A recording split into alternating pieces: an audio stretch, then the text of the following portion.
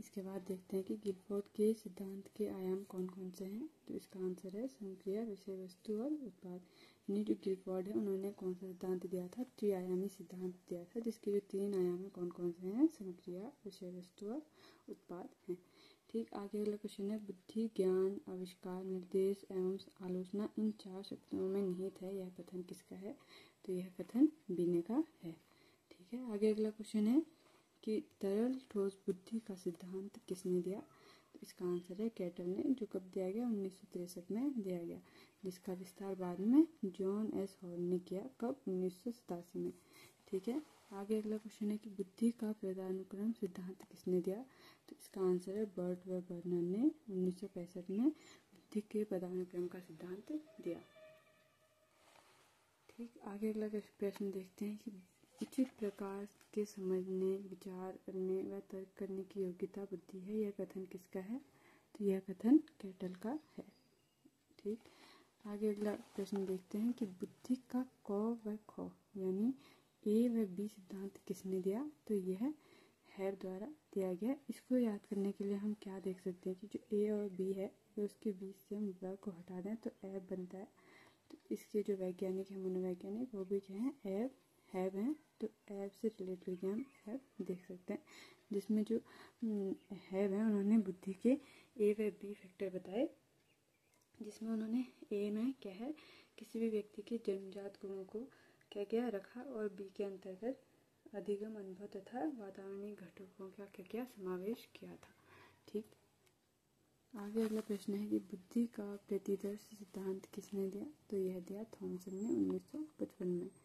ठीक, आगे अगला प्रश्न है कि बुद्धि का लेवल 1 तथा लेवल 2 सिद्धांत किसने दिया। तो इसका आंसर है जॉनसन ने दिया, जिसमें लेवल 1 यानी प्राथमिक बुद्धि के अंतर्गत उन्होंने वंशानुगत गुणों को रखा, और लेवल 2 यानी द्वितीय बुद्धि के अंतर्गत वातावरणीय घटकों को रखा। ठीक, आगे अगला प्रश्न देखते हैं कि नवीन परिस्थितियों को झेलने की मस्तिष्क की नमनीयता बुद्धि है, यह कथन किसका है। तो यह कथन मनोवैज्ञानिक मन का है। आगे अगला प्रश्न है कि आर्मी अल्फा परीक्षण कैसा बुद्धि परीक्षण है। तो यह कैसा परीक्षण है, सामूहिक शाब्दिक बुद्धि परीक्षण है, जिसमें शाब्दिक का अर्थ क्या है, शिक्षित लोगों से है। तो इसका अर्थ क्या हुआ कि शिक्षित व्यक्तियों के सैन्य चयन हेतु इस परीक्षण का क्या किया गया था, प्रयोग किया गया था।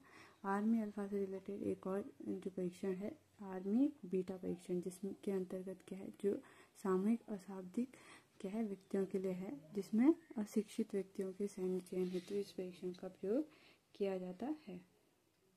ठीक, आगे अगला प्रश्न है कि 140 से अधिक आईक्यू वाले बालक किस श्रेणी में होंगे। तो यह किस प्रतिभाशाली बुद्धि, यानी क्या बोलते हैं कि जो 140 से अधिक आईक्यू वाले बच्चे होते हैं वह किस श्रेणी के अंतर्गत आते हैं, प्रतिभाशाली बुद्धि वाले बालक होते हैं।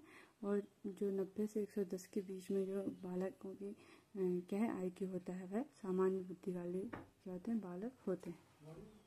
आगे अगला प्रश्न है कि संवेगात्मक बुद्धि के जनक कौन है। तो इसका आंसर है डैनियल गोलमैन, जिन्होंने क्या है संवेगात्मक बुद्धि को 2 भागों में बांटा, सकारात्मक बुद्धि व नकारात्मक बुद्धि। ठीक,